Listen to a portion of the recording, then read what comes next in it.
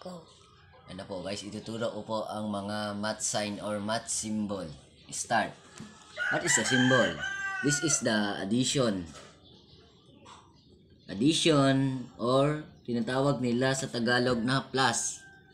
At ito naman ay subtraction. Tinatawag naman ito sa Tagalog na minus. Ito naman ay multiplication.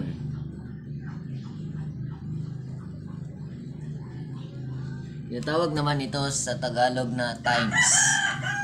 Ito naman ay division.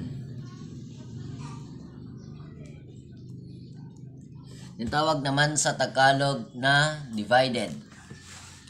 Next symbol.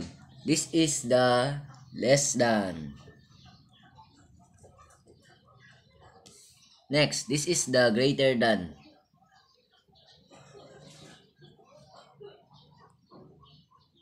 Next, this is the equal or less than.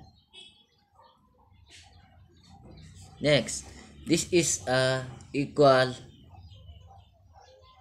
or greater than.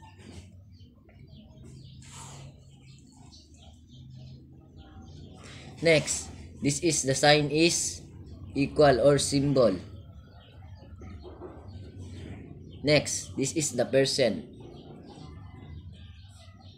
Next, this is the infinity or walang hangganan. Next, this is the exponent.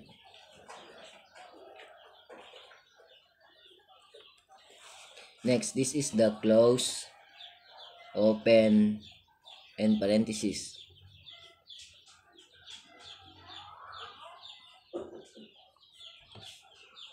Next, this is the square root.